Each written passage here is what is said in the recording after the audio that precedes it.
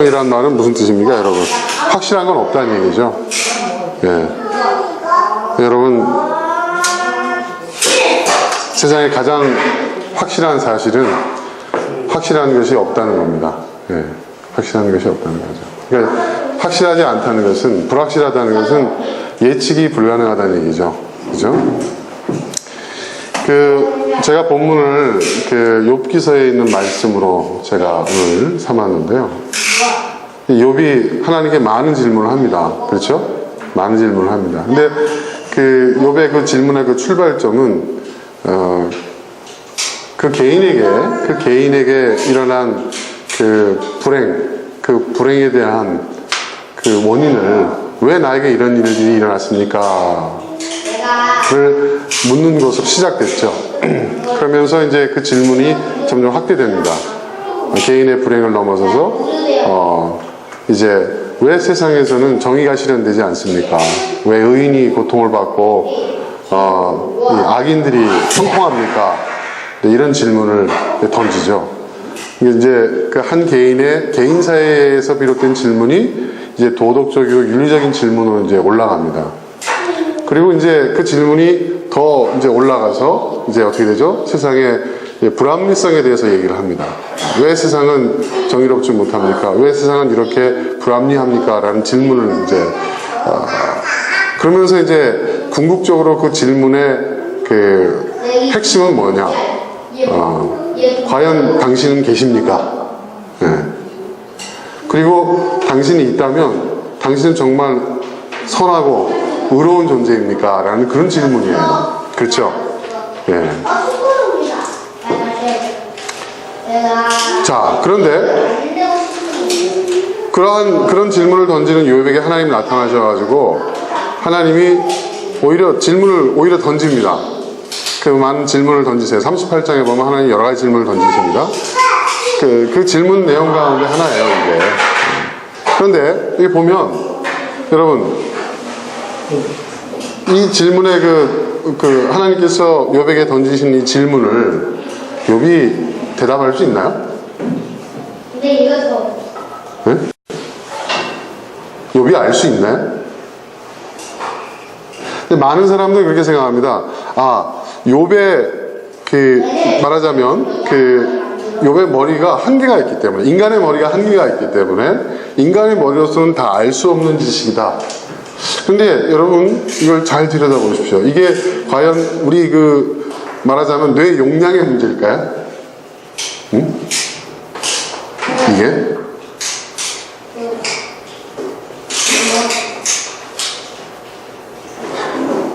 지금 하나님께서 지금 욥에게 던지는 그 질문은 그 질문의 그 요지는 뭐냐? 알 수 없다는 거예요. 왜 알 수 없는 줄 아세요? 우리는 기독교의 세계관이 지금까지 결정론적인 세계관이라고 생각했어요. 모든 것은 결정돼 있다. 예. 뉴턴이 말한 뭐예요? 기계론적인 세계관. 여러분, 뉴턴이 어떤 사람인지 아시죠? 대단한 말하자면 근대 사회에, 근대 과학에 초석을 놓은 엄청난 물리학자잖아요. 그렇죠? 또 이 사람도 독실한 크리스찬이기도 해요. 그렇죠? 예. 근데 이 뉴턴이 우리가 왜 독실한 크리스찬이 되게 됐느냐? 그 이유가 뉴턴의 그 고백을 들어보면 자기는 이 물리학을 연구하면서 우리가 살고 있는 이 세상이 완벽한 수의 조합에 의해서 만들어진 세상이라는 것을 알고, 이거는 어떤 의도되지 않고서는, 그죠? 의도되지 않고서는 그러한 수의 조합이 이루어질 수 없다. 완벽한 수의 조합으로 이루어지는 세상이다. 그래서 그러한 조합은 어떤 초이상적인 존재에 의해서만 의도될 수 있는 것이기 때문에 나는 하나님의 존재를 확신한다. 이런 고백을 했어요. 그리고 지금 많은 또 과학자들이 동일한 이유에서 또 그렇게 신앙 고백을 하고 있죠.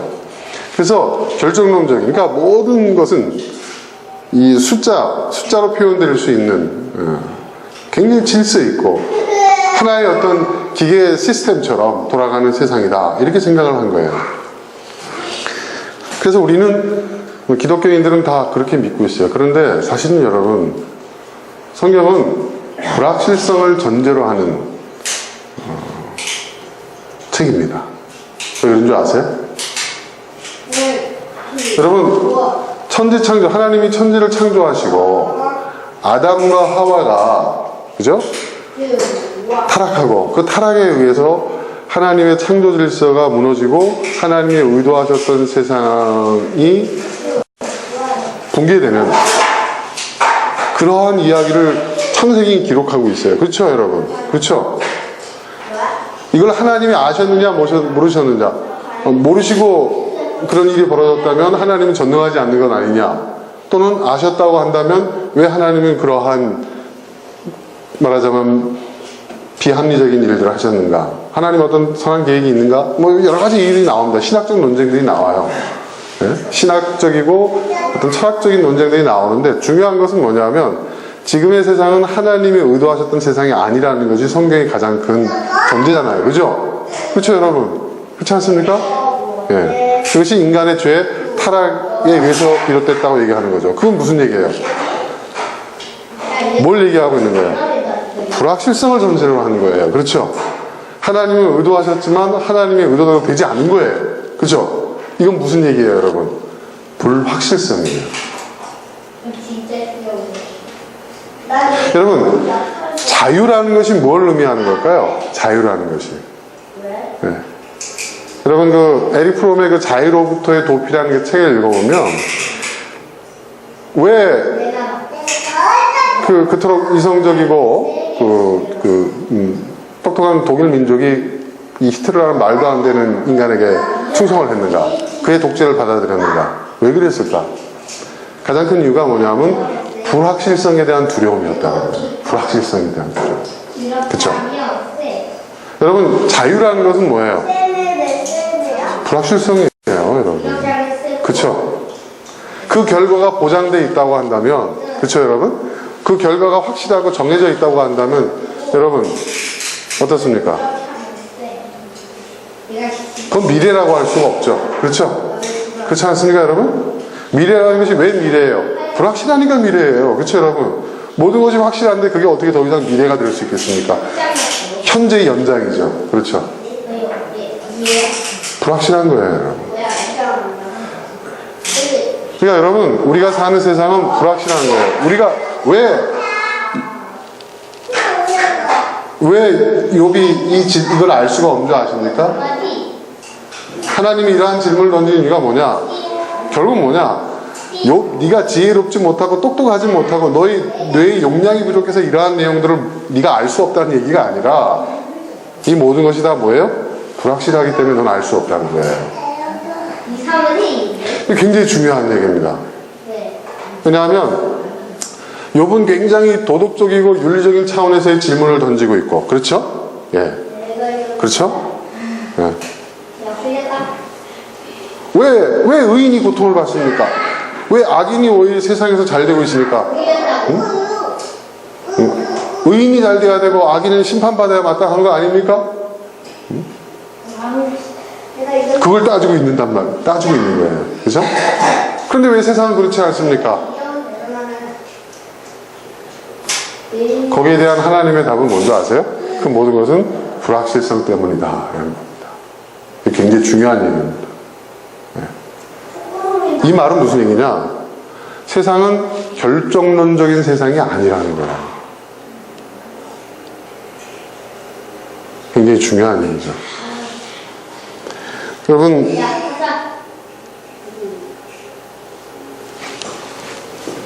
세상은 불확실합니다. 불확실한 세상을 어떻게 살아가느냐? 우리 기독교는 그걸 말하고 있는 거예요.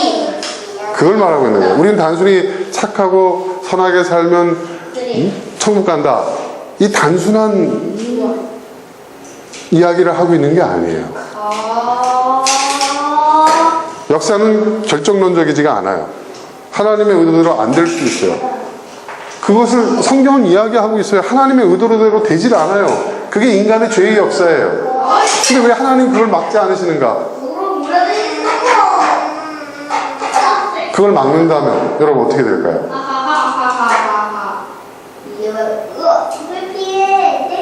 이 세상은 뭐예요? 하나님께서 우리에게 주신 세상이고 이 세상을 만들어가는 것은 우리가 만들어가는 거예요. 그래서 그 모든 것에 대해서 우리 스스로가 책임지는 거예요. 개인사는 개인이 책임지는 거예요. 한 국가는 그 국가가 책임지는 거예요. 한 사회가 책임지는 거예요. 그렇죠 여러분? 그렇기 때문에 하나님의 심판이 정당하게 되는 거예요. 그렇죠 여러분? 그렇지 않고 모든 것이 결정론적이라고 한다면, 운명론이라고 한다면, 여러분, 숙명, 운명이라고 예정되어 있는 것이라고 한다면, 여러분, 어차피 그렇게 되어져 있는 것인데, 그렇죠? 그렇죠, 여러분? 그 책임을 왜 우리에게 묻죠? 그런 운명을, 그런 예정을 정해 놓으셨는데, 우리는 그대로 그렇게 살아갈 뿐인데, 왜 그 결과에 대한 책임을 우리한테 얘기를 하죠? 여러분 그렇잖아요. 어떤 그 작가가 작품을 썼어요. 대본을 썼어요. 그 배우들은 그걸 열심히 연기를 해요. 그런데 그 공연이 실패가 됐어요. 그 가장 큰 책임이 누구에게 있는 거예요, 여러분? 그 작가에게, 그걸 연출한 감독에게 있는 거 아니에요? 네?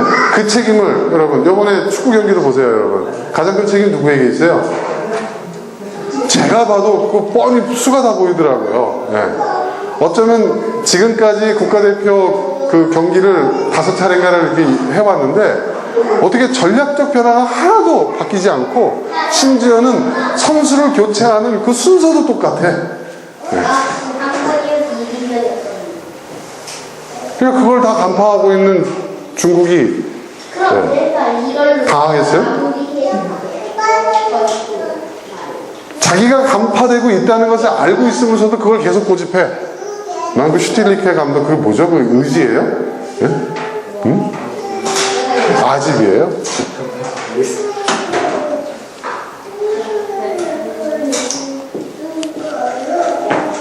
그날 제가 아주 기분 망쳤습니다. 축구 져가지고. 자, 그렇습니다, 여러분. 확실한 게 없어요. 그러니까 알 수가 없는 거야. 우리가 머리가 모자라고 우리가 지혜가 없고 답이 없어서가 아닙니다. 불확실하기 때문에. 이 불확실성이 모든 것을 불확실하게 만드는 거예요. 사람들은 굉장히 이 불확실성을 싫어합니다. 그러니까 자기의 자유를 포기하더라도 이 불확실한 것을 확실하게 만들고 싶어 해요.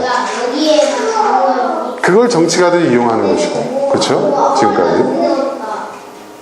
그리고 자본가들이 또 그걸 이용하는 거예요. 불확실하잖아.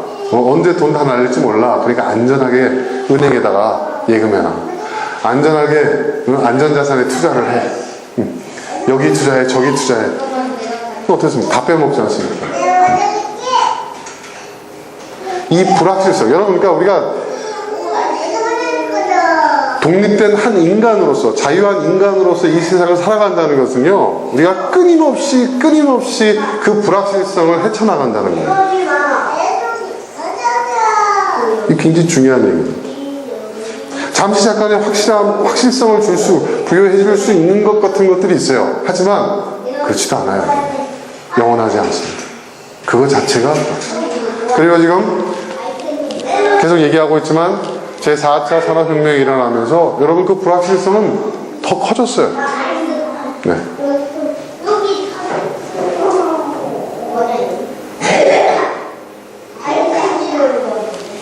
저는 이런 시대적 상황 속에서 우리는 더더욱 우리 기독교가 말하고 있는, 성경이 말하고 있는 그 진리에 귀를 기울여야 된다고 생각합니다. 왜? 성경의 세계관은요, 불확실성이에요. 불확실성. 예수님도 그런 말씀 하시지 않았습니까? 많은 사람들이 저 사람은 당연히 천국에 갈 거야 라고 생각을 했는데 막상 가보니까 그런 사람들은 하나도 없고, 그렇죠? 예. 어떻게 저런 사람이 천국에 왔지라고 하는 사람들만 있다 이거죠. 그 뭘 얘기하는 거예요? 우리의 구원도 불확실성이라는 거예요. 우리는 구원에 확신을 가져야 된다고 배웠는데 오히려 예수님은 어떻게 해요? 구원의 불확실성에 대해서 얘기를 하고 있어요. 여러분, 요한계시록에 나와 있는 말세에 대한 이야기, 제가 이제 말세에 대한 이야기 지난주에도 말씀드렸지만 이 말세에 대한 이야기를 가만 보세요. 거기서 얘기하고 있는 게 뭘까요? 불확실성이에요. 불확실성의 극대화. 불확실성이 가장 극에 달한 그 시대적 상황이 바로 말세고 종말이라는 얘기예요. 그렇죠? 그러니까 우리는 종말을 살아가고 있는 거예요, 지금. 그러면 세상이 왜 이렇게 불확실한가? 여러분, 이 불확실성에 대한 이야기는 여러분 이미 말하자면은 이 시대에 주된 담론으로 자리를 잡아버렸어요. 예. 이미 그것을 현실적으로 인정하는 거예요. 과학계에서도 인정을 하고요. 예. 그게 4차 산업혁명이 일어나게 된 가장 큰 이유예요. 여러분, 조금 어려운 얘기일 수도 있지만, 여러분, 양자이론이란 말 들어보셨어요? 양자이론? 양자론. 요즘 뭐 양자 컴퓨터가 나오고 뭐 이런다고 하죠. 이게 무슨 얘기인지 아세요, 여러분? 네? 이게, 네? 수업 들었어요? 그럼 내가 질문을 한번 해볼게요. 대답을 해줘요. 나보다 더 잘할 수 있으니까. 네? 알겠습니다. 여러분, 우리가 양자론, 양자 컴퓨터, 뭐 양자론, 뭐 양자 우주선 뭐 이런 것까지 나와요. 도대체 이게 뭘 얘기하는 걸까요, 여러분? 양자라고 하니까 어떤 사람은 그게 원자하고 전자를 얘기하는 거냐? 네. 그렇죠. 그래서 그 전자와 양자, 그 미시세계, 그러니까 원자와 전자 눈으로 못 보잖아요. 그러니까 아주 그 미시세계가 우리가 알고 있었던 뉴턴이 거시세계에서 얘기하고 있는 그런 결정론적인 그 우주관, 그 세계관과의 반대의 세계가 미시세계에서 전개되고 있다. 그래서 그걸 양자론이다. 이제 이렇게 우리가 상식적으로 알고 있는데 거기서 한 걸음만 더 들어가 보자는 거죠. 여러분, 어렵게 생각하지 마세요. 제가 최대한 쉽게 얘기할 테니까. 네. 양자라는 것은 이게 여기서 이 양이 뭡니까? 우리는 이게 원자, 전자, 이 두 가지의 자자를 따서 양자를 얘기하는 게 아니냐. 그래서 미시세계를 뜻하는 게 아니냐. 이렇게 생각하시는 분들이 많아요. 근데 양자가 영어로 뭐죠? 퀀텀. 퀀텀은 뭐죠? 퀀텀이 뭐죠? 양자라고 얘기하는데 그 의미가 뭐죠? 여기서 이 양이 뭐죠? 한자로 보면 뭐가 어떻게 됩니까, 여러분? 예? 네? 네? 양할 때 나누냐? 바로 그거예요. 예. 이렇게 다양한 색깔을 지었는데. 그렇죠? 이게 뭐죠, 여러분? 우리가 질량할 때, 그러니까 질량을 가진 뭐예요? 질량을 가진 존재. 예. 그러니까 이게 뭐냐면 질량을 가진 존재예요. 그러니까 여러분 존재의 가장 중요한 그 몇 가지 그 조건들이 있잖아요. 그 중에 하나가 뭐죠? 존재. 그러니까 물리학에서 존재하는, 그러니까 그 존재로 인정되기 위해서 가져야 할 가장 기본적인 게 뭐예요? 질량이죠. 질량을 가져야만 이게 존재예요. 그러니까 물리학에서는요, 질량이 없는 것은 뭐예요? 네, 물질이 아니에요. 그러니까 물질이 아니니까 연구 대상이 아니죠. 여러분, 사랑의 질량이 있습니까? 인간의 영혼의 질량이 있습니까? 없어요. 그죠? 없어요. 그렇죠? 미움의 질량이 있고, 우리의 감정적인 무게는 있지만, 정서적 무게감은 있지만, 그죠? 정서적 질량은 있지만 물리적 질량은 없잖아요. 예. 그 다음에 이제 이 질량이 있어야 여기서 이제 에너지도 나오고 여러 가지가 나오죠. 양자라는 게 뭐냐면 질량을 가진 존재라는 거예요. 양자론이라는 것은 무슨 얘기냐? 그러니까 지금 무슨 얘기냐면, 여러분, 가장 쉽게 얘기하면, 여러분, 우리는 그러니까 세계는 뉴턴에 의해서 이제 근대 과학이 출발을 합니다. 근대 과학을 집대성한 사람이죠. 근데 뉴턴이 정리한 것은 뭐냐면 결정론적인 세계예요. 알았어. 이 말은 무슨 얘기냐? 세상은 무수한 인과관계의 다발로 이루어진 것이다. 인과관계의 다발. 원인과 결과, 원인과 결과, 원인과 결과. 그 무수한 인과관계의 다발에 의해서 이루어진 세상이기 때문에 여러분 어떻습니까? 어떤 원인이 있으면 그 원인은 뭐예요? 결과가 있는 거죠. 그죠? 또 그 결과가 또 다른 원인이 되어서 또 다른 결과를 내는 거예요. 그러니까 뭐예요? 모든 것은 결정되는 거예요. 그러니까 이 세계의 특징은 뭐예요? 예측이 가능해요. 그죠? 예측. 예측이 가능해요. 예측이. 네.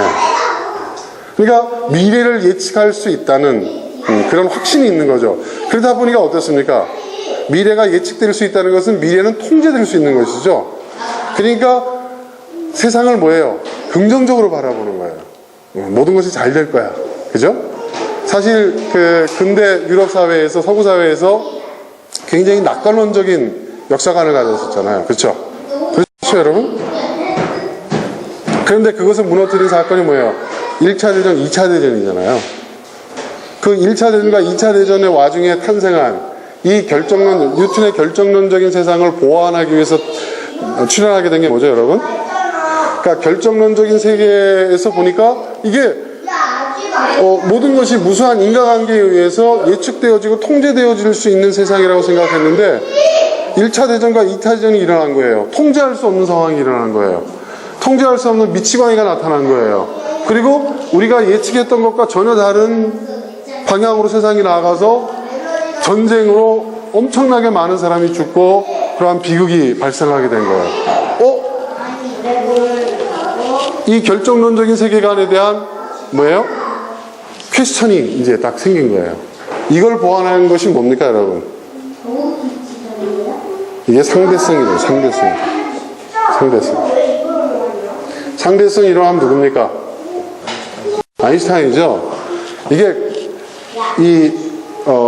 뉴턴의 결정론적인 세계와 이 아인슈타인의 상대성 이론은요, 말하자면 뉴턴의 결정론적인 세계를 보완하는 역할을 하는 거예요. 근데 이 상대성 이론은 뭐예요? 그러니까 제가 지금 얘기하는 것은 그 물리학적 관점에서만 얘기하는 게 아닙니다. 저는 인문학적 관점에서 얘기하는 거예요. 물리학은 또 물리학의 절반이 인문학입니다, 여러분. 자, 이 상대성 이론에서 얘기하고 있는 게 뭐예요, 여러분? 뭐예요? 핵심이 뭐죠? 중력 얘기하고 시간. 예, 중력과 시간. 여러분, 중력과 시간이라는 것은 여러분 물리학에서 가장 중요한 거예요. 그죠? 물리학이 탄생하려면 질량이 있어야 되고, 질량은 바로 중력에 관한 것이고, 그리고 빛, 그렇죠? 에너지죠. 에너지의 시작은 빛이니까 가장 중요한 전제예요. 그러니까 질량과 빛에 관련된 이야기, 거기서 또 파생되는 에너지, 또 속도, 이런 것이 뭐예요? 상대적이다라는 얘기는 무슨 얘기일까요? 이게 뭐예요? 그렇죠. 이건 무슨 얘기냐면 조건에 따라서 다른 결과가 나온다는 거예요. 그러니까 뉴턴의 그 물리학에 의하면 쉽게 얘기해서 시간은요 전 우주가 똑같이 흐른다고 본 거예요. 뉴턴은 쉽게 얘기해서, 그러니까 절대 시간이라고 얘기합니다. 절대 시간이라는 게 있어요. 그래가지고 지구에서의 시간과 저 태양계 밖, 저기서 멀리 떨어져 있는 우주의 그 모든 어느 곳에 있든지 시간은 똑같다고 본 거예요. 그런데 시간은 뭐예요? 역사가 시간이잖아요. 그죠? 그런데 아인슈타인은 뭐예요? 아인슈타인 연구에 의해서 시간은 상대적이라는 거예요. 조건에 따라서. 그죠? 중력에 따라서. 그죠? 예. 중력이 질량이 커지면 어떻게 돼요? 빛도 굴절되고 시간이 느리게 흐른단 말이에요. 그 얘기는 무슨 얘기예요? 조건에 따라서 시간이 다르다는 거죠. 그 말은 뭐냐? 우리가 대체적으로 보면, 큰 틀에서 보면은 예측이 가능하지만, 우리가 이 예측을 할 때 조건에 따라서 그 예측이 다양한 예측들이 나올 수가 있다. 이 얘기예요. 인문학적 관점에서 보면 이 말 맞죠? 이 말 맞는 거예요. 이겨야 내가. 그렇게 흘러온 거예요. 그래서 처음에는 어떻게 해요?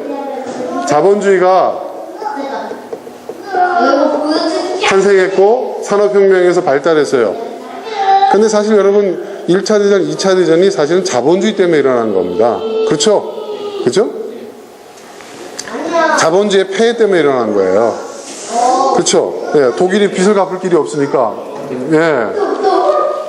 또 막 국채 발행해가지고 파산하고 막 이런 문제 때문에 이걸 해결하기 위해서 그렇죠? 예. 자본주의 때문에 생긴 거예요. 또 미국이 2차 대전에 참전하게 된 가장 큰 이유가 뭐예요? 예? 뭐예요? 2차 대전, 그러니까 미국이 2차 대전에 참전하게 된 가장 큰 이유가 뭐예요? 대공황 때문이잖아요. 대공황을 타개하기 위해서. 1차 대전과 2차 대전이 여러분 자본주의에 의한 것이에요, 사실은. 인류 역사상 가장 큰 전쟁이 자본주의의 폐해로 인한 거예요. 그러니까 이제 상대성이 등장했고, 이 상대성 이론에 의해서 어떻게 돼요? 이 낙관적이던 자본주의가 어떻게 돼요? 수정되죠? 그죠? 그래서 나온 게 뭐예요, 여러분? 수정자본주의죠. 케인즈의 수정자본주의죠. 그리고 케인즈의 수정자본주의가 지금까지 쭉 오다가 지금 어떻게 됐어요? 신자유주의로 바뀐 거죠. 이게 여러분 이게 다 같은 흐름이에요. 예, 이게. 그런데 이 상대성 이론과 이 결정론적, 이 뉴턴의 결정론적 이 세계관은 말하자면 서로 상보적인 관계를 갖고 있는 거예요. 예. 그런데 여기에 변수가 나타났어요. 그리고 이 변수를 사실 아인슈타인도 열심히 연구를 했지만 되게 싫어했다고 합니다. 그게 뭔지 아세요? 이게 바로 양자론이에요. 내가 내 진화용을 갖고 있는데. 양자론. 야, 이거 좀 봐. 양자론은 무엇을 얘기하느냐? 양자론은 여러분 정해진 것은 없다는 거예요. 네. 그러니까 양자론은 뭐냐? 모든 것이 불확실하다는 거예요. 결정되어 있는 게 아니라는 거예요. 결정되어 있는 것은 아무것도 없다. 결정될 수 없다. 아주 제가 이야기하기 쉽게 얘기하면, 자 보세요. 여러분 지킬 박사와 하이드 씨 아시죠? 지킬 박사와 하이드 씨. 자 여러분 원래는 아주 선량한 의사인 지킬 박사가 그죠? 그죠? 이 하이드라고 하는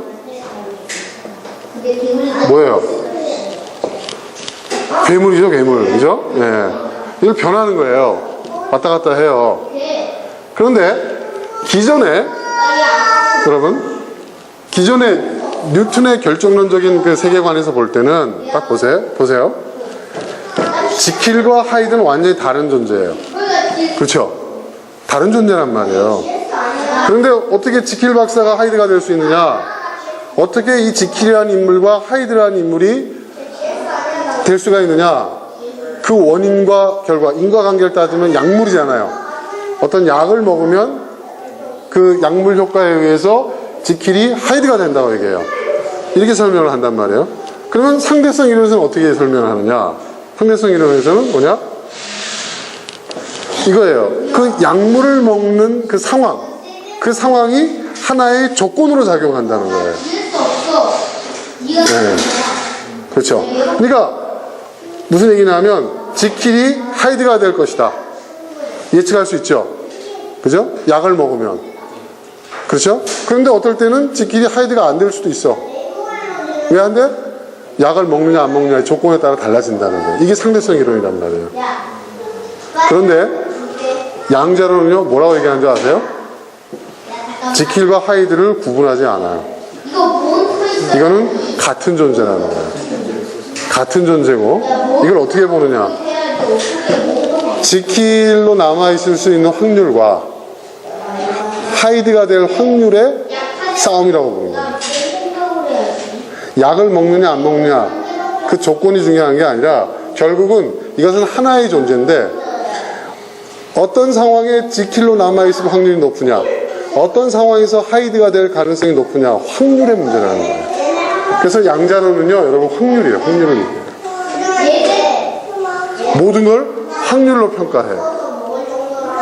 그러니까 여러분, 양자 컴퓨터라는 게 무슨 얘기냐 면 연산작용에 의해서 어떤 결과, 인과관계, 연산작용이라는 것은 인과관계잖아요. 그죠? 인과관계가 분명한 것들만 컴퓨터는 답을 낼 수가 있어요. 인과관계가 분명한 것만. 왜? 컴퓨터는 연산에 의해서 답을 내니까. 그렇죠? 그렇죠, 여러분? 그러니까 인과관계가 분명하지 않은 것에 대해서는 컴퓨터는 답을 낼 수가 없어요. 그런데 이런 연산에 의한 것이 아니라 확률에 의한 결론을 내는 것이 양자 컴퓨터라는 거예요. 이거 완전히 다른 겁니다. 네. 굉장히 중요한 얘기입니다. 그러니까 무슨 얘기냐면 이 불확실성 속에서는 무수히 많은 가능성들이 있다는 거예요. 무수히 많은. 지킬이 될 수도 있고 하이드가 될 수도 있고 여러 가능성이 있어요. 이 가능성 중에서 가장 확률이 높은 것, 그리고 가장 확률이 높은 것 가운데서 이것이 현실이 될 수 있는 그 가능성, 그 조건들을 연구하는 것이 쉽게 얘기하면 양자론이라는 거예요.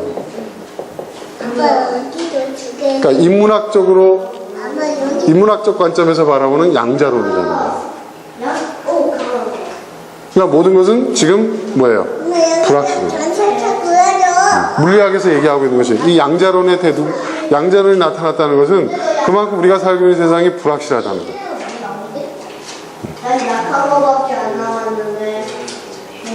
자연은 수학으로 쓰여진 완전한 세상이라고 생각을 했는데 그렇지 않다는 거예요. 자, 그리고 여러분 이걸 또 이 양자 이론을 뒷받침하고 있는 것들이 많아요.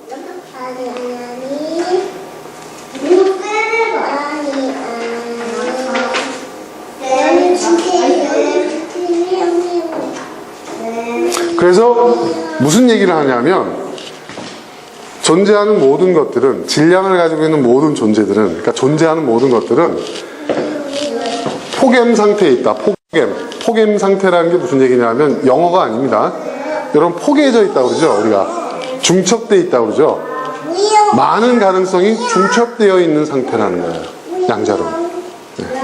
존재는.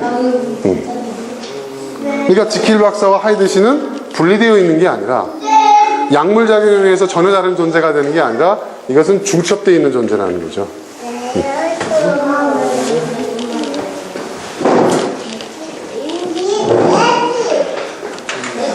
그러니까 양자론은 뭐냐면 모든 것이 운명론적으로 결정되어 있다는 이 세계관을 깨트려버린 거예요. 그리고 상대성 이론이 보완하고 있는 이 체계를, 이 기계론적 세계관을 완전히 바꿔버린 거예요. 근데 이게 우리의 현실이라는 거죠, 지금 현재. 그러니까 이 어떤 이 질량, 이 물리량을 가지고 있는 존재가 가지고 있는 것은, 가지고 있는 것에 가장 중요한 것은 결국 이 확률이라는 거예요. 확률. 그래서 여러분 확률 게임이란 말 하잖아요. 이 양자론이 얘기하고 있는 게 바로 그거예요. 근데 이것이 미시 세계에서만이 아니라 여러분 우리가 살고 있는 이 현실 세계에 이게 지금 주된 이제 담론이 되어가고 있다는 것이죠. 이걸 또 뒷받침하고 있는 것이 있어요, 여러분. 여러분 나비 효과라는 말 들어보신 적 있죠? 나비 효과. 근데 이게 무슨 얘기죠? 무관해 보이는 것들 사이에 보이지 않는 어떤 그 관계성에 의해서 엄청난 결과가 초래될 수 있다라는 상황에 우리는 나비 효과라는 말을 써요. 근데 실제로 우리가 나비 효과를 가장 크게 절감한, 이거 원래는 이게 기상학에서 연구를 하다가 나온 이론인데 이거를 우리가 현실적으로 가장 체감한 게 뭐예요, 여러분? 10년 전에 있었던 미국의 그 모기지론 사태, 그죠? 금융사태. 그러니까 미시간에 살고 있는 사람이 주택담보대출을 연체를 한 것 때문에 우리나라, 미국하고는 전혀 상관도 없고 미시간도 가보지도 못했던 그런 우리나라 기업이, 중소기업이 망하는 거예요. 네. 이걸 나비 효과라고 표현을 했단 말이에요. 이게 원래 기상 전문가가 밝혀낸 이론이라고 그랬죠. 이게 누구냐 하면 이 사람이 에드워드 로렌츠라는 사람이에요. 이 사람이 컴퓨터를 이용해서 기상 예측 시뮬레이션을 했는데 부주의해가지고요 숫자를 잘못 입력했어요. 그러니까 말하자면 이 숫자를 제가 적어왔는데 0.506127이라는 숫자가 들어가야 될 자리에 이 사람이 부주의해가지고 그냥 0.5061만 입력을 한 거예요. 이걸 입력을 했더니 미국에 태풍이 일어난다라는 기상 예측이 나와버린 거예요. 그런데 그래가지고 그걸 예보를 해버렸어요. 그런데 그 날짜에 너무 날씨가 좋았거든요. 역대급으로 날씨가 좋았거든요. 그래가지고 막 비난을 받았어요. 아, 그럼 뭐가 잘못된 건가 하고 면밀히 이제 검토를 했는데 자기가 요 숫자를 입력해야 되는데 이 숫자를 입력한 거예요. 이걸 찾아낸 거예요. 근데 여러분 보세요. 그러면 이게 숫자로 표현하면 어떻게 됩니까? 이 숫자예요. 이 숫자의 오류였던 거예요. 이거를 확률적으로 따져보니까 이게 이제 100% 100% 확률을 해보니까 컴퓨터 시뮬레이션 해보니까 0.025% 정도의 오차가 있었다는 것을 밝혀낸 거예요. 그런데 이 작은 오차가 이 엄청난 결과를 만드는 거예요. 그래가지고 나온 이론이 그거예요. 원래는 나비의 날갯짓이 아니고요, 여러분. 갈매기의 날갯짓이었어요. 네. 그러니까 기상에 이 기상 변화에 끼치는 영향이 0.025% 정도라고 한다면 그거는 갈매기의 날갯짓 정도의 영향력이다. 이렇게 하고 최초의 논문에는 갈매기의 날갯짓이라고 했는데 면밀하게 또 따져보니까 이 0.025%라는 것이 기상에 끼치는 영향력이 나비의 날갯짓 정도밖에 안 되는 미미한 수준이었다라는 데서 나비 효과라는 말이 나온 거예요. 나비 효과가 어떻게 생긴 말인지 아셨죠? 그러니까 여러분 이것은 무슨 얘기냐 하면 여기서 중요한 것은 지금까지 이 나비 효과 이 얘기를 하기 이전까지 사람들이 생각했던 세상은 어떤 세상이었냐면 선형적인 세상이었어요. 선형적 세상이라는 것이 뭐죠, 여러분? 선형적. 이것은 예측 가능하다는 것과 비슷한 거. 그러니까 직선이에요, 직선. 그죠? 그러니까 무슨 얘기냐면 변수가 예를 들어서 1을 집어넣었더니 1을 넣었더니 10이 나왔다. 그렇죠? 그러면 여러분 2를 넣으면 얼마가 나올까요? 20이 나와야 된다는 거죠. 이게 선형적 세상이었어요. 그런데 요 숫자 0.000127 확률적으로 0.025%밖에 안 되는 이 미미한 차이인데 불구하고 날씨가 좋고 엄청난 토네이도가 부는 이 극명한 차이가 난다는 거예요. 그래서 이 선형적 선형적 관점이 잘못됐다는 것을 입증한 대표적인 이론이 나비 이론이 된 거예요. 이 말은 무슨 말이에요? 나비 이론의 핵심 뭐예요? 세상은 불확실하다는 거예요. 세상은 불확실하다는 거예요.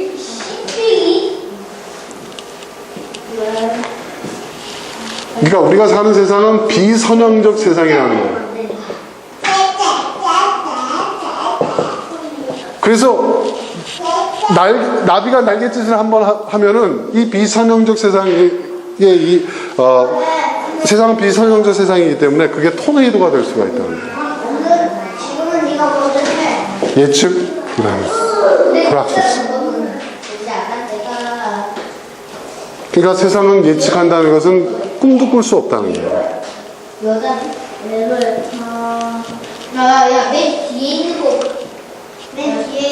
아까 제가 상대성 이론인데 상대성 이론 얘기를 했는데 상대성 이론에서 시간이죠, 시간. 이 시간이라는 것은 어떻습니까? 뉴턴이 얘기한 시간은 절대적 시간이라고 그랬죠. 상대성 이론은 뭐예요? 시간은 상대적이다 그랬어요. 그런데 여러분 블랙홀이 1960년대에 발견이 됐어요. 블랙홀. 근데 이 블랙홀은 상대성 이론의 범주에서 블랙홀을 이해할 수가 없어요. 블랙홀은 뭐예요? 블랙홀 안에서는 어떻게 돼요? 시간도 어떻게 됩니까? 빛도 블랙홀에 빨려 들어가죠. 빛이 블랙홀에 빨려 들어간다는 건 뭐예요? 시간도 없다는 거예요. 근데 없다라고 얘기할 수도 없어요. 왜 그렇죠? 모르니까. 그래서 어떻게 돼요? 시간도 불확실한 거예요. 그러니까 여러분 인터스텔라에서 빨려 들어갔을 때 어떻게 돼요? 막 이상한 벽 같은 데서 막 이렇게 나오죠. 그게 여러분 사실은 4차원 세계를 나타내는 일종의 좌표를 영상화한 거예요. 그게 많은 사람들이 왜 그런 뭐 허황되게 좀 와닿지도 않게 무슨 헛맥락하게 했냐 이렇게 얘기하는데, 근데 그게 사실은 그러니까 소설을 읽어보고 그 영화를 봐야 돼요. 그래야 이해가 돼. 근데 거기서 이제 중요한 건 뭐냐면 시간이 없어지는 게 아니에요. 뭐예요? 모든 시간이 뭐예요? 시간이 여러분 어떻게 됩니까? 시간도 에너지잖아요. 물리량이잖아요. 그죠? 측정이 가능하니까. 측정이 가능한 건 여러분 물리량이에요. 그죠? 근데 그 시간이 어떻게 빨려 들어가요? 빨려 들어간다는 건 뭐예요? 과거, 현재, 미래가 어떻게 돼요?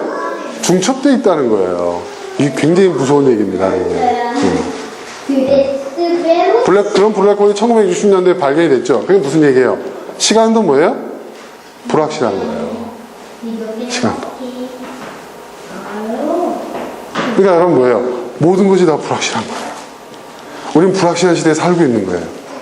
그러니까 이 불확실한 시간을 살면서 우리는 어떻게 살아야 할 것인가. 굉장히 중요한 얘기죠.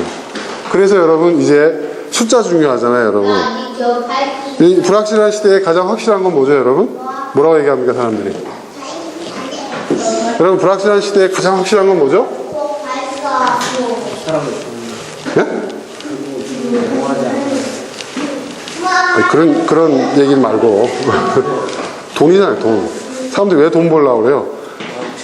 확실하네. 돈이 확실하니까. 그렇죠? 어떤 불확실한 상황에서도 돈이 있어야 대응이 된다. 그러니까 여러분, 불확실한 시대니까 사람들이 더욱 더 돈에 매달리는 거예요. 먹고 사는 문제에 매달리는 거예요. 괜찮아요? 괜찮아요. 우리 의찬이 아빠는 선비 같은 사람이어서 사람이 죽고 사는 문제가 제일 중요한 거예요. 네. 맞는 말이죠. 사실 그게 맞는 말인데 현실 세계 속에서 우리는 먹고 살아야 되니까 이 불확실한 세상에서 가장 중요한 건 돈이라고 사람들이 얘기합니다. 자, 그런데 여러분, 제가 이제 돈에 대해서 우리가 관심이 많으니까 돈을 가지고 제가 한번 비교적으로 설명을 한번 해볼게요. 자, 여러분, 사람들이 돈에 대해서 얘기할 때 가장 먼저 얘기하는 게 뭐죠? 돈 있어? 없어? 있어, 없어? 그렇죠? 있다고 얘기하면 어떻게 하죠? 얼마나 있어? 그러니까 돈에 대해서는 뭐예요? 돈은 뭐예요? 있다, 없다?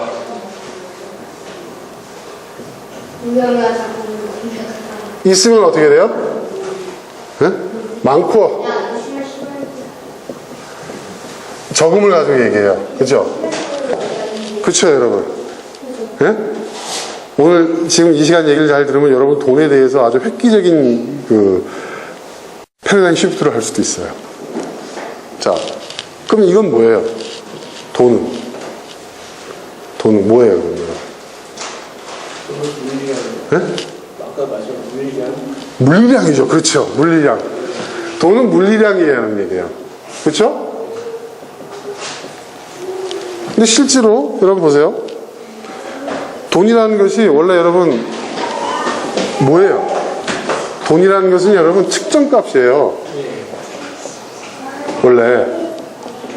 그러니까 옛날에 금 아니면 소금을 달아줬잖아요. 그러니까 여러분 파운드, 리라, 마르크 이게 다 뭐냐면 여러분 무게를 나타내는 단위였단 말이에요. 그렇죠? 그렇죠? 예. 굉장히 중요한 얘기입니다. 그러니까 여러분 돈은 뭐예요? 측정값이에요. 그걸 숫자로 표현한 거죠. 숫자로. 그런데 여러분 물리에서 측정값을 뭐라고 얘기하죠? 이나마 여기서 제일 과학을 가까이 하는 지금도 연구원으로 있으니까 내가 물어보죠. 측정값을 뭐라고 하죠? 물리학에서? 측정값 파라미터라는 말도 있고 좀 유식하게 학교에서 쓰는 말 중에서 여러분 스칼라라는 거 있죠. 스칼라. 예. 이게 라틴어인데요, 여러분. 스칼라가 뭔지 아세요? 네? 이거는 뭐냐면 측정값이에요. 쉽게 얘기해서. 야, 여러분, 우리가 길이가 몇 센치다, 무게가 몇 킬로다, 그렇죠? 예? 뭐 우리 키나 뭐 몸무게나 허리 둘레 뭐 잴 때 나오는 그 측정값을 여러분 이게 스칼라예요, 스칼라. 그죠? 그러니까 돈이 있다 없다, 그리고 돈이 많다 적다, 이것도 뭐예요? 단순 측정값으로 스칼라예요. 그죠? 그런데 스칼라 말고 또 측정값이 있죠. 뭐가 있죠? 벡터라는 게 있어요. 벡터. 들어보셨어요, 여러분? 오, 벡터 스칼라. 네. 네.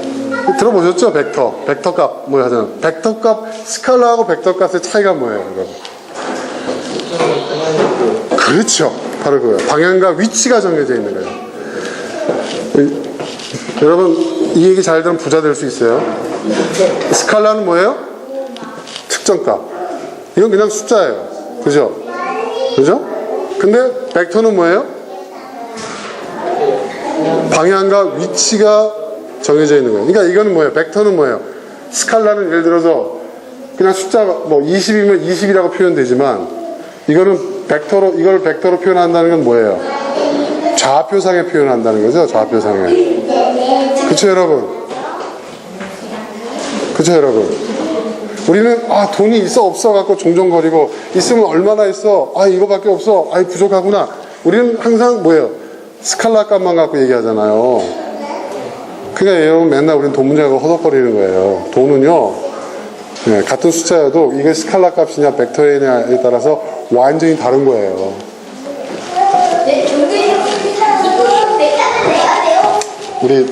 제가 이 강의를 사업하는 사람들이나, 예? 돈 벌려고 하는 사람들한테 하면은 제가 아마 굉장히 인기 있는 강사가 될 것 같은데. 자, 그러면 벡터 값을 어떻게 구합니까? 벡터 값. 응? 벡터 값. 아까 제가 그랬죠? 벡터 값이 있다고. 스칼라는 단순 측정. 있냐 없냐, 얼마나 되느냐, 뭐 부족하냐, 이걸 따지는 거고, 벡터는 뭐예요? 방향과 위치예요. 굉장히 중요한 얘기입니다, 여러분. 방향과 위치가 포함된 측정값이라는 거죠. 자, 그러면 보세요. 벡터값 어떻게 하죠? 우리가 일반적으로 배운 게 그거죠. X, Y축이잖아요. 우리가 생각하는 X축은 이렇게 이게 해서 여기가 X축, 이게 Y축이라고 얘기해요. 그죠? Y, 반대도 마찬가지고, 예. Y, X축. 자, 그런데 여러분, 이게 아니잖아요. 그죠? 3차원 벡터 값은 뭐죠? X, Y, Z예요. 여기 하나 더 있어요, 여러분. 좌표는 어떻게 표현해야 되냐면, 우리가 3차원을 살잖아요. 그러니까, 자, 여러분, 요게 이렇게 표현된 거예요. 무슨 말인지 알아요? 이게 X고요, 이게 Y고요, 이게 Z예요. 이게 무슨 말이냐? 아까 X, Y를 좀 늘려가지고 눕혀놓고, Z는 뭐예요? Z는 위아래잖아요. 높이잖아요. 그죠? 그죠? 여러분, 삼각형 아시죠? 삼각형. 예? 우리가 삼각형 그릴 때 이거, 그래서 이렇게 그리잖아요. 그죠? 그죠? 아시죠, 여러분? 이게 뭐예요? 여기다가 평면에다 세워놓으면 삼각형이잖아요. 그죠? 3차원의 가장 기본적인 공간은 삼각형이죠. 그러니까 여러분, 이게 무슨 얘기냐면, 이게 3차원의 공간이라는 얘기예요. 그죠? 같은 숫자여도 이 3차원 공간에 어디에 놓이냐에 따라서 어떻게 돼요? 그 숫자의 의미가 달라져요. 여러분, 그게 투자예요. 그게 돈을 버는 거고요. 같은 숫자여도, 같은 스칼라라 하더라도 이 스칼라가 방향과 그 위치에 따라서 위치값이 달라지게 되면 그 돈의 의미가 달라지는 거예요. 그 숫자의 의미가 달라지는 거예요. 이게 돈 버는 거예요. 여기까지만 합시다. 더 자세히 알기 원하시면 저한테 개인적으로 교습을 받으십시오. 수강료 준비하시고. 그러니까 여러분, 자, 이게 무슨 얘기냐 하면, 숫자도요, 여러분, 단순한 측정 값으로서의 숫자는 아무 의미가 없는 거예요. 그 숫자가 벡터로서 어떤 방향에 어떤 위치에 있느냐에 따라서 그 숫자의 의미가 완전히 달라지는 거예요. 이건 무슨 얘기예요? 숫자 그 자체는 확실하다고 우리가 생각을 했는데 이 스칼라 값으로서의 숫자가 벡터 값이 돼버리는 순간 어떻게 돼요? 그 숫자의 의미가 위치에 따라 달라지고 방향에 따라 달라지니까 어떻게 돼요? 불확실해지는 거죠. 이해되세요, 여러분? 그렇잖아요.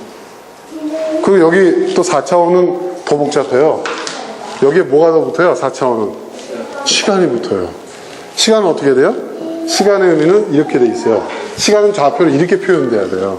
그렇죠, 여러분? 그러니까 시간 안에 이것이 이루어지는데 시간을 위에서부터 아래로 쭉 흐르는 거예요. 그래서 여러분 이걸 영상화한 게 인터스텔라의 그 도서관 장면, 블랙홀 안에 딱 들어갔을 때 끊임없이 위에서 아래로 계속 떨어지잖아요, 그죠? 떨어지는데 거기에 시간이 중첩돼 있죠. 그렇죠, 여러분? 그렇죠? 그게 그런 뜻이었어요. 그래서 거기서 뭐예요? 이게 그 측정값이 질량을 가진 존재잖아요. 그 주인공도. 그리고 그 측정값이 있잖아요. 시간의 연속성 속에서 그 좌표 속에서 어떻게 해요? 계속 아래로 떨어지잖아요. 그죠? 그렇죠? 이해되세요, 이제? 이게 무슨 말인지? 그러니까 여러분, 그 인터스텔라의 그 도서관 장면은요, 정말 대단한 장면인 거예요. 이 엄청난 이 이론을 영상으로 기가 막히게 표현한 거예요. 그거 잘 모르는 사람들은 너무 뭐 판타지냐 이러는데 사실은 책을 읽어보면 굉장한 장면인 거예요. 이게. 그러니까 굉장히 어려운 이론을 갖다가 아주 그 영상으로 아주 쉽게 표현을 한 거거든요. 그러니까 사실은 그게 4차원의 세상을 우리가 표현할 수 있는 방식이 그런 거예요. 그렇게밖에 표현을 못하는 거예요. 자, 그러니까 여러분 여기서 또 중요한 게 뭐냐면 시간에 대한 그러니까 이런 4차원 또 이 시간에 대한 이론을 보더라도 우리가 살고 있는 세상이 얼마나 불확실한 것인가를 알 수 있다는 거죠. 불확실해요, 여러분. 그러니까 불확실한 얘기만 자꾸 합니다. 여러분 불안하죠? 자, 그 다음 또 한 가지 대표적인 게 여러분 그 뉴턴의 그 과학에서 근대 과학의 가장 중요한 근거가 몇 가지가 있어요. 뭐가 있죠? 에너지 보존의 법칙, 질량 보존의 법칙이라는 게 있어요. 그래서 우리는 뭐예요? 에너지는 그 형태를 달리하지만, 질량은 그 형태를 달리하지만 항상 그것이 유지된다고 우리는 배웠단 말이에요. 그런데 과학계에서 연구를 해보니까 아니라는 것이 드러났어요. 대표적인 게 뭐냐? 에너지 보존의 법칙, 질량 보존의 법칙에 의하면 뭐예요? U는 계속 U를 유지해야 되는 거예요. 형태를 달리해도. 그런데 실제로 연구해보니까 U가 또 다른 형태의 U로 계속 존재하는 게 아니라 서서히 무로 가고 있다는 거예요. 그게 뭐죠? 무슨 이론이죠?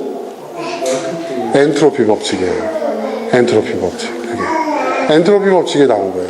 그러니까 속도는 느리지만 U는 서서히 무화되어 가고 있다는 거예요. 이게 엔트로피예요. 근데 우리는 뭐예요?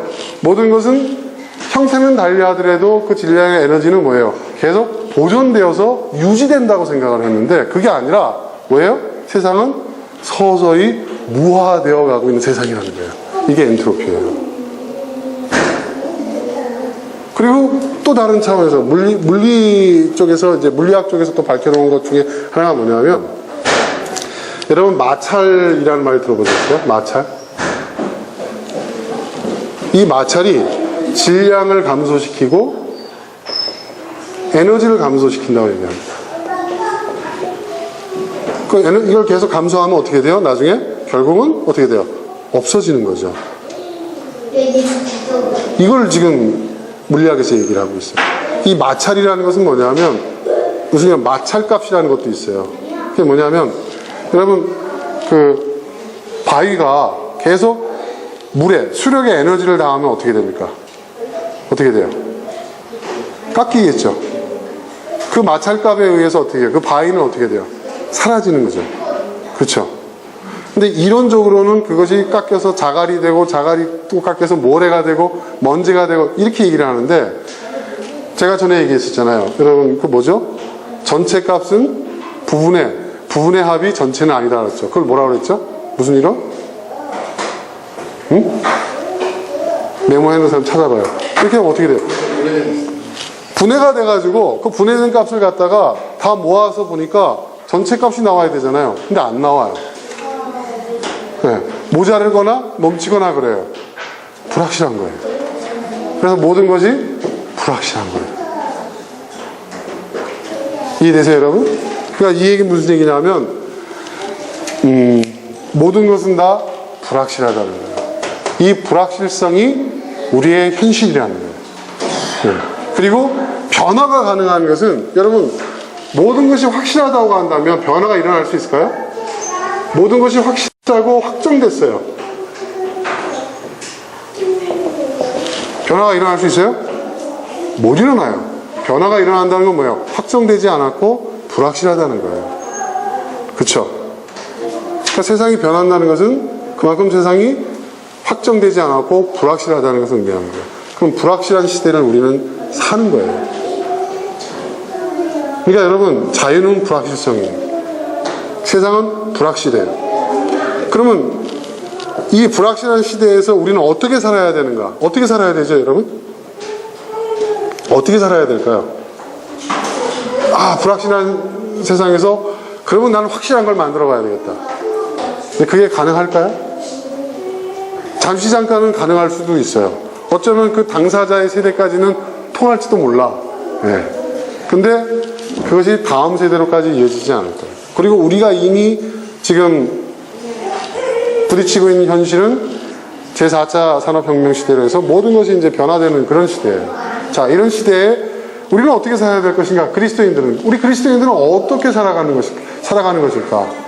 자, 여러분, 우리가 성경에서 우리 기독교인의 삶에 대해서 이야기할 때 가장 많이 이야기하는 게 뭘까요? 여러분.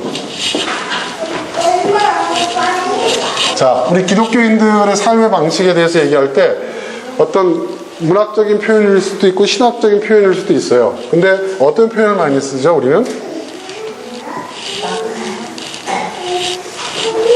네, 나그네 나왔어요. 나그네. 자, 우리 한번 봅시다. 그거 한번 여러분 생각나는 대로, 여러분이 떠오르는 대로 한번 얘기를 해줘봐요.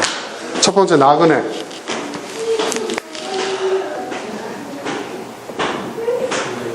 또 뭐가 있을까요?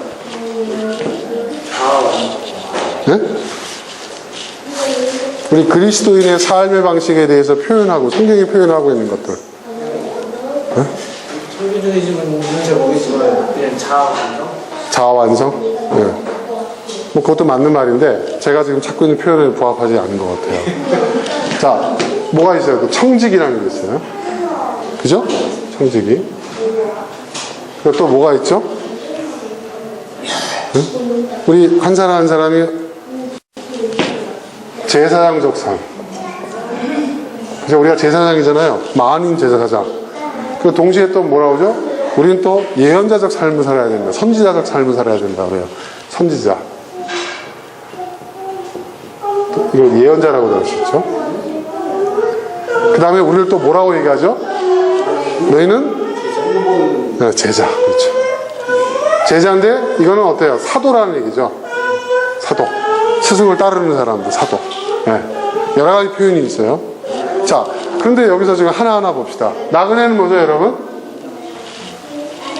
정착하지 않아요. 그렇죠? 이 세상이 끝이 아니에요. 뭐예요? 나그네는 뭐예요? 항상 뭐예요? 그러니까 이게 나그네가 우리가 생각하는 나그네는 길을 지나가는 길손 이런 차원이 아니라 구약 성경에서 얘기하는 나그네는 뭐냐면 정착민이 아니라는 거예요. 정착민이 아니라는 거예요. 유목민이라는 거예요. 유목민. 그죠? 유목민. 이건 뭐예요? 정착하지 않는다. 그러니까 뭐예요? 항상 뭐예요? 네? 그 나그네의 삶은 여러분 불확실하죠? 그렇죠? 불확실한 미래죠? 불확실한 삶이에요. 우리는 뭐예요? 불확실한 삶을 사는 존재라는 거예요, 이 땅에서. 네, 이 땅에서. 우리는 불확실한 삶을 사는 존재라는 거예요, 불확실성. 우리의 삶은 불확실하다는 거예요. 그러니까 뭐냐면 세상의 불확실성을 또 인생의 불확실성을 받아들이는 사람이에요. 이게 나그네예요. 이해되십니까, 여러분? 그러니까 세상의 불확실성, 인생의 불확실성을 두려워하고 불안해하고 그걸 거부하고 거기서 벗어나려고 하는 게 아니라 오히려 그것을 인정하고 수용하는 사람, 이게 나그네의 삶이에요. 성경이 말하죠.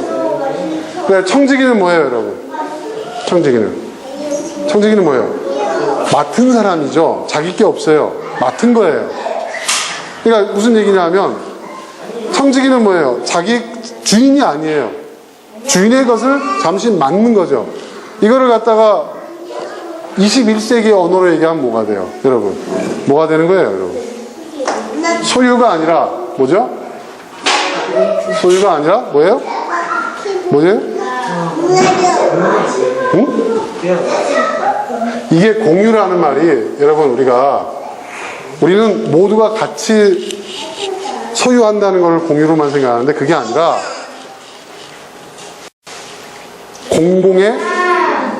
공공의 재산을 또 공유 재산이라고 얘기하잖아요. 그죠? 그러니까 이게 무슨 얘기냐면 청지기는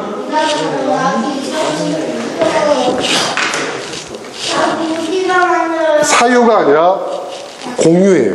그죠? 청지기의 경제는 사유 경제가 아니라 공유 경제라는 거죠. 네. 그러니까 우리는 뭐예요? 공유의 개념을 가져야 된다는 거예요. 공유의 개념. 굉장히 중요한 얘기입니다. 여러분, 요즘 제가 보니까 소카라는 거 아세요? 혹시 소카? 그거 진짜 괜찮더라고요. 제가 보니까 1kg에 얼마죠? 사모님, 1kg 얼마죠? 180원이죠?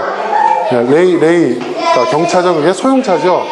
소형차가 1kg에 180원이에요, 여러분. 물론 기름값을 넣지만 이것저것 따져보면요, 대중교통비하고 거의 같은 수준이에요. 네. 이게 지금 젊은 사람들 중심으로 해서요, 엄청나게 퍼져나가고 있어요. 네. 그래서 저도 지금 차를 안 사고, 회사에서 차 필요한데 안 사고 그냥 소카를 우리 직원들 보고 이용하라고 해요. 계산해 보니까요, 차를 사는 것보다 훨씬 나아요. 네. 뭐 보험료나 세금까지 포함하면 소카 이용하는 게 훨씬 낫더라고요. 그리고 소카는 장기 렌탈도 가능해요. 네. 그러니까 일종의 하나의 어떤 대안이 될 수 있다는 거죠. 자, 청지기는 그러니까 어떤 경제적인 어떤 그런 관점, 사유하지 않고 공유하는 거예요. 공유. 그리고 뭐예요? 지배하는 게 아니라 뭐예요? 청지기는 뭐예요? 통제하는 게 아니라 지배하는 게 아니라 뭐죠? 관리하는 거예요. 관리. 청지기는 관리자죠. 그렇죠. 이 청지기 정신이 가장 필요한 부분이 저는 환경이라고 생각합니다. 우리가 왜 환경을 파괴하죠? 자연을 지배하고 통제할 수 있다고 생각하니까 파괴하는 겁니다. 관리하는 거예요. 관리. 그 다음에 이 제사장은 뭘까요, 여러분? 제사장. 근데 이 제사장이 그냥 제사장이 아니에요. 뭐 같은 제사장? 왕 같은 제사장이라고 성경은 얘기해요. 너희는 왕 같은 제사장. 여러분, 왕 같은 제사장이라는 게 뭘까요? 네? 그냥 제사장은 뭐예요? 성직자죠. 종교인이에요. 근데 왕 같은 제사장이라는 건 뭐예요? 네? 네? 아니요. 그런 왕이라는 것은 이것은 여기서 말하는 정치적인 의미의 왕이라는 의미보다는 이게 뭐냐면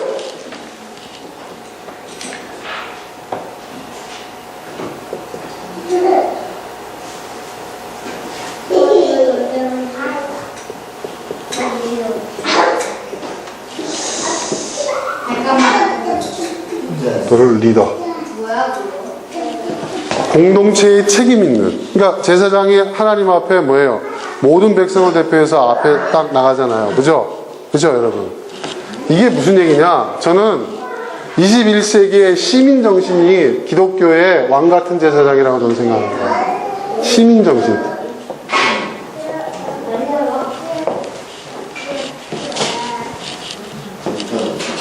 의무와 역할 그리고 권리. 예, 그죠? 왕 같은 제사장이란 말이 21세기의 시민. 저는 이 시민이 가장 부합하는 말이 성경에서 왕 같은 제사장이라고 저는 믿습니다. 그 다음에 선지자, 예언자는 뭘까요? 선지자라는 건 뭐예요, 여러분? 미리 보는 자잖아요. 미리 아는 자. 앞날을 뭐예요? 네? 변화하고. 그러니까 이 얘기 뭐냐면, 변화를 예측하고, 그러니까 변화를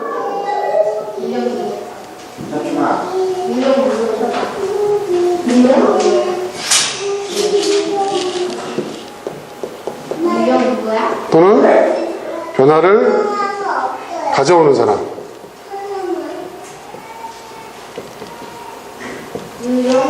그 변화를 예측하고 이거 있고 그 다음에 변화의 방향을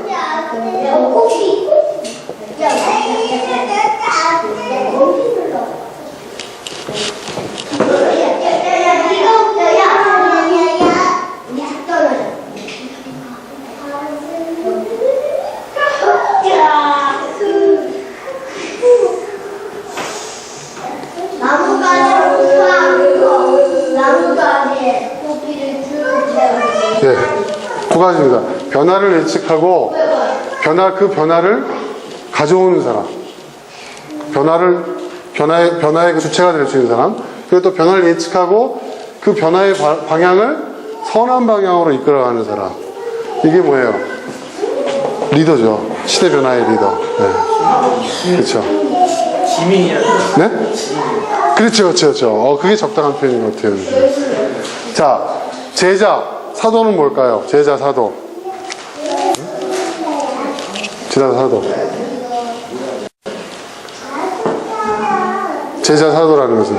여러분, 제자라는 것은 단순히 공부를 배우는 학생을 얘기하는 게 아니에요. 성경에서 얘기하는. 제자는 뭐예요? 네? 삶으로 따르는 무리를 제자로 얘기하는 거예요. 그러니까 이게 무슨 얘기냐면, 삶이에요, 삶. 실제로 그렇게 사는 사람이 제자예요. 네. 성경책 끼고 왔다 갔다 하는 사람이 제자가 아니라 실제로 그렇게 사는 삶. 그러니까 위에서 말한 이러한 가치를 실제로 삶으로 담아내는 사람, 이런 사람이 제자예요. 이 가치는. 그러니까 여러분 보세요. 기독교의 역사를 보세요.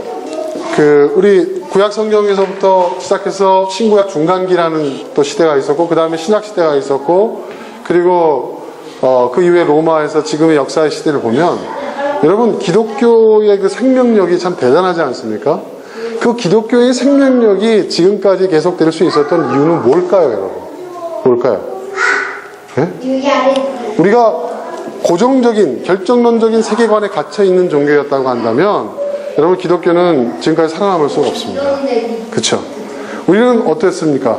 끊임없이 변화했어요. 그리고 그 변화를 수용했고, 또 경우에 따라서는 어떻게 해요? 변화의 선도자였다고요. 예언자였다고요. 선지자였다는 거죠. 그죠? 변화를 2000년 전에 남녀 평등을 외쳤어요. 우리는. 대단하지 않습니까? 그죠? 응? 노예 해방. 그런 종교였어요. 우리는. 그렇죠? 응? 그러니까 기독교가 그런 어떤 사회의 변화와 개혁의 주체가 되어졌을 때 기독교는 항상 핍박을 받았고, 기독교는 항상 위기 상황이 있었지만, 그 핍박과 위기가 오히려 뭐예요? 기독교로서의 우리 기독교 신앙의 존재의 가치가 제대로 드러났던 시점이었죠. 오히려 우리가 국교화가 되고, 그쵸? 정교유착이 되고, 그쵸? 정경유착을 했을 때 우리에게는 가장 큰 비극이 벌어졌던 거죠.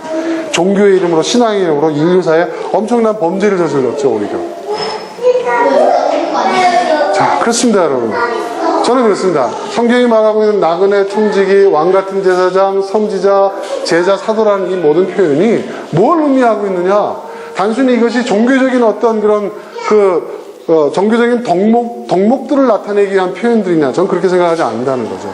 이건 뭐냐면 적극적인 시대의 변화에 대해서 불확실한 세상을 살아가는 우리 그리스도인들의 삶의 방식이, 삶의 태도가 어떠해야 하는가를 우리에게 보여주고 있는 거라는 거죠.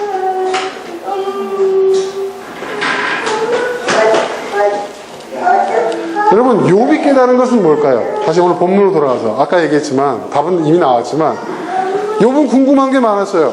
그렇죠? 왜 내가 이런 불행을 당해야 됩니까? 내가 이렇게 당신 열심히 믿었는데, 왜 의인이 이렇게 이 세상에서 고난을 받아야 됩니까? 그런 반면에 왜 악인은 저렇게 잘 됩니까? 세상은 왜 이렇게 불합리합니까? 그런 걸 욥은 묻잖아요. 그런데 욥이 궁금해하는 것을 하나님이 알려주셨나요?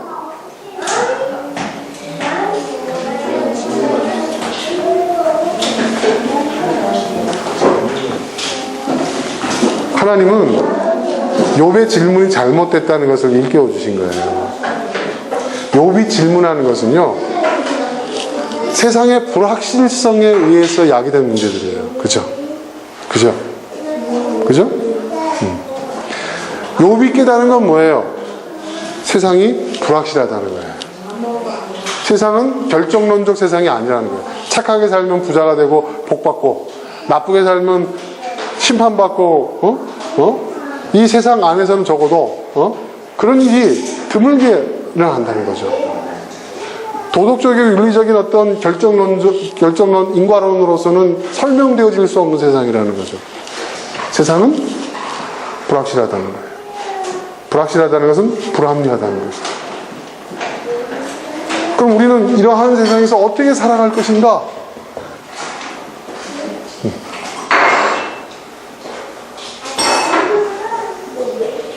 그래서 어떻게 돼요? 나중에 욥이 그걸 깨달았잖아요. 그걸 깨달은 순간 욥이 어떻게 합니까?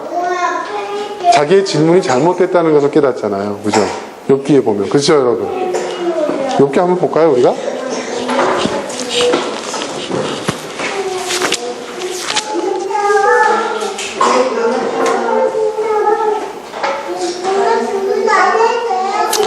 자, 6절에서 자, 42장.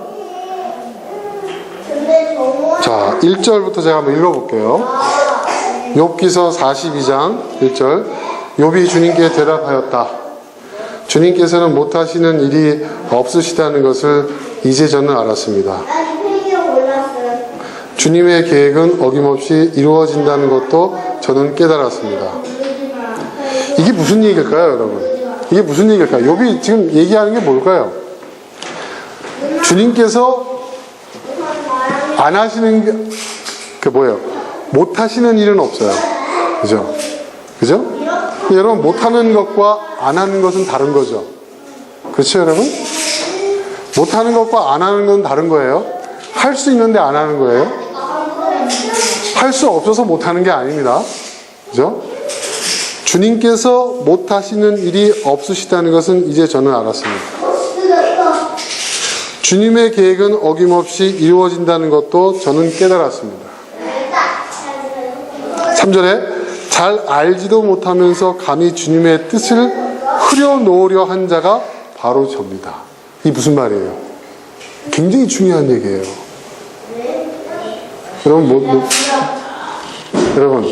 이 세상의 죄란 뭐냐? 이 욥기서에서 말하는 죄가 뭔지 아세요? 네?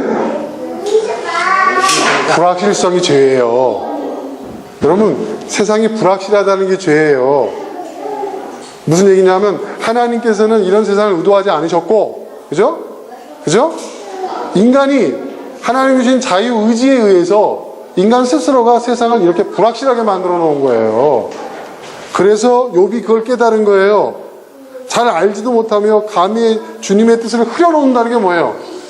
주님의 뜻을 확실했던, 그죠? 모든 것이 완벽했고 완전했던 이 세상을, 그 세상을 이루는 주님의 뜻을 흐려놓고, 흐려놓으려 한 자가 바로 저입니다. 이게 뭐예요? 가뜩이나 불확실한 세상을 더 불확실하게 만든 사람이 바로 저입니다. 이 얘기예요. 이해되세요, 여러분? 굉장히 중요한 얘기입니다. 여러분, 세상이 악하다라는 말은요, 오늘 주제에 맞춰서 얘기하면 세상이 불확실한 거예요. 불확실성을 제거해 나가는 것이 뭐예요? 불확실성을 극복하고 그것을 제거해 나가는 것이 선이에요. 그런데 욥은 뭐예요? 욥은 자기가 하나님께 확실성을 요구한다고 생각을 했는데, 가만 지금 하나님 하신 말씀 들어보니까 내가 오히려 세상을 불확실하게 하는 사람 중에 하나였다는 걸 깨닫는 거예요.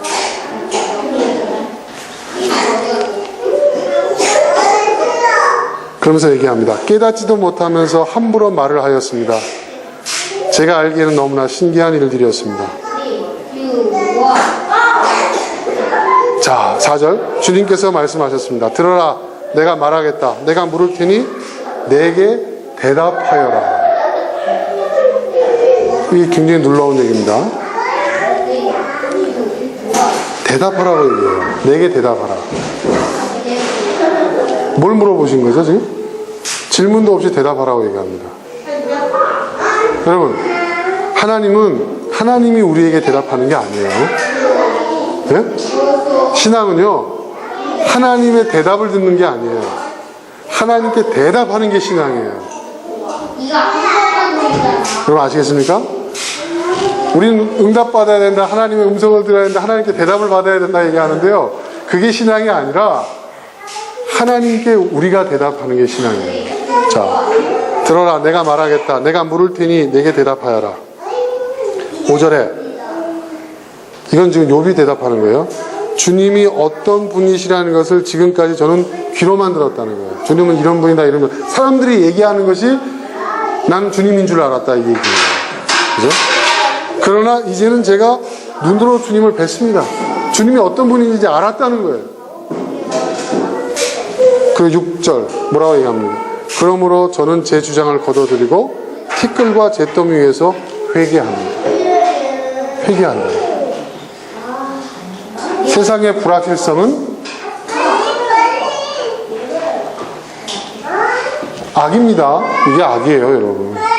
근데 이것은 인간의 죄의 결과로 만들어진 것이고, 그리고 인간은 계속해서 이것을 불확실한 세상으로 만들어가고, 세상의 불확실성을 더 계속 고조시키고 있어요.